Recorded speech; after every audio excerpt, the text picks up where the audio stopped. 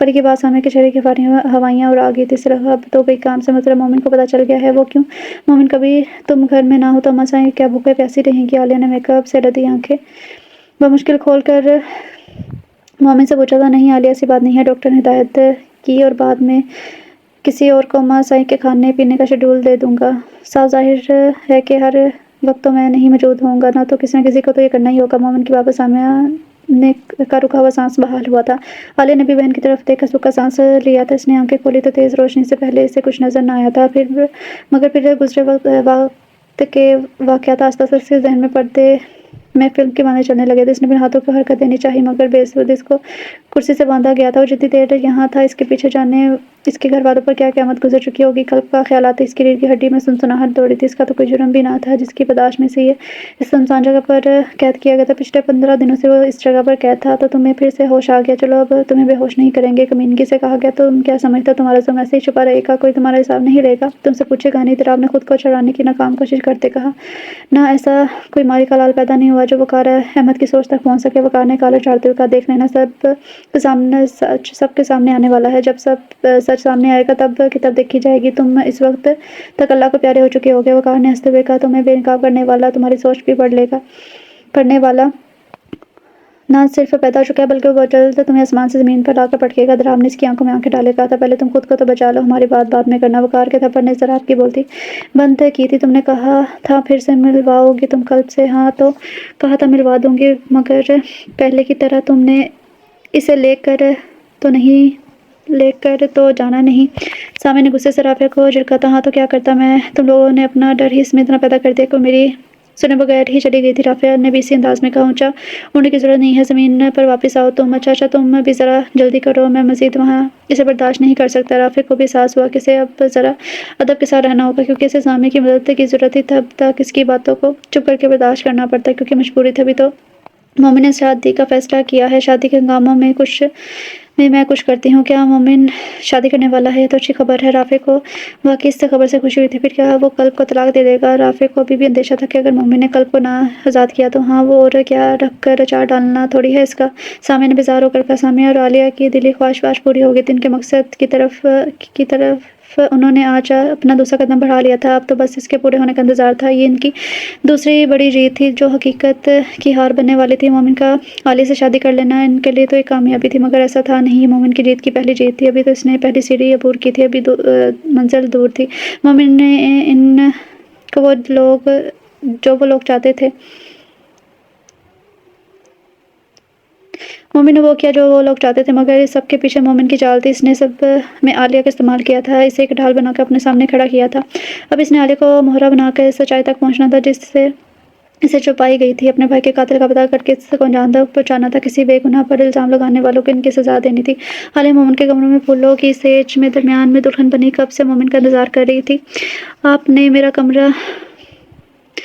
اسے میرا کمرہ دے دیا اور اب میں کہاں جاؤں گی بتائیں نا. تم نے کہاں جانا ہے؟ اماں سائیں کے ساتھ ان کے کمرے میں رہنا جب تک وہ ٹھیک نہیں ہو جاتی اور میں اپنا کام نہیں کر لیتا. مومن نے اسے سمجھاتا. پھر بابا سائیں کہاں سوئیں گے؟